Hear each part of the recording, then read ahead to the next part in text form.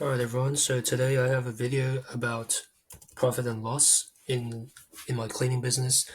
And this is just me. Obviously not everyone has the same kind of figures as I do, but this is just to kind of give people an idea of what you can expect. Okay, so this was 1 month. It wasn't really a very busy month, to be honest, and this is purely residential. So at this point in time, I had about, I think it was about 3 employees, but it was really only about 2 employees because the other employee was not really that available. And yeah, at the time, my VA has had, I think they did like maybe a few weeks and they left. So this includes all of that. It doesn't include what the figure would be like if the VA had stayed the entire month. Okay, so you can see the profit out of 6,000, let's say roughly 6,500 in income, only out of that 1,500 was profit. So if you were to do the math on that, if you were to do the rough number, it would be about a 20 0.23, which is about a 23% margin, right? But that, please note, that doesn't include tax. That that includes the superannuation. Doesn't include the PAYG tax, which is a tax in Australia. So if we were to include that tax, I would say it'd probably be about, let's say, 20% margins. Okay, so that is the rough amount you can expect. Let's say instead of 6,500, because like honestly, this month was a very slow month, very slow. And the other thing to keep in mind is, at the time we only had about really only about 2 employees, 2 casual employees.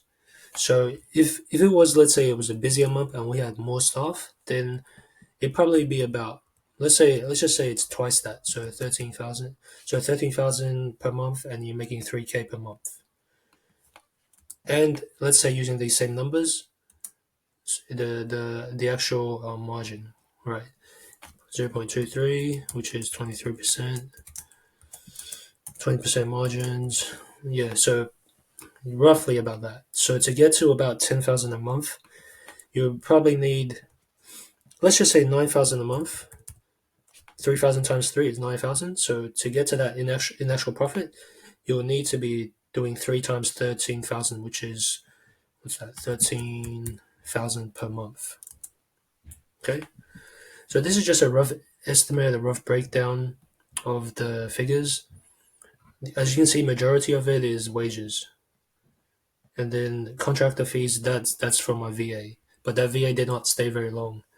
If they had stayed longer, then it'd probably be much higher actually. So to be conservative, let's just say even let's just make it 8,500. Okay, so something like that. Actually, let's just make all of these much less, just to take into account the VA. So actually, yeah, let's do this again. Okay, so 10. So the actual figures would probably be about 15%.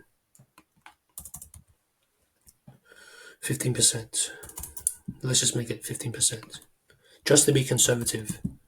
Okay, so yeah, I'm not gonna do all this again, but let's just say, let me just make this um yeah, 15%. Okay, so as you can see, it's pretty low. That's why I urge everyone to reduce the time assigned to staff and increase your rates. And the other thing is, well, yeah, that's pretty much the main thing, because you can see the 80/20. Yeah, according to the 80/20 rule, the biggest contributor to expenses is the payroll expenses, which is basically wages. So you want to reduce that as much as you can by reducing the time assigned to staff, because obviously if you're hiring staff, you're going to be paying them per hour. Now, if you choose a subcontract, then the same thing would apply. You would try to get a subcontractor and get them. Basically, there's no other way I can put this, but to basically lowball them, right? That's the only way this would work. Unless you want to just have very weak margins, or unless you have a very good subcontractor and you can charge much higher rates, then in that case that makes sense, which is actually not a bad option. But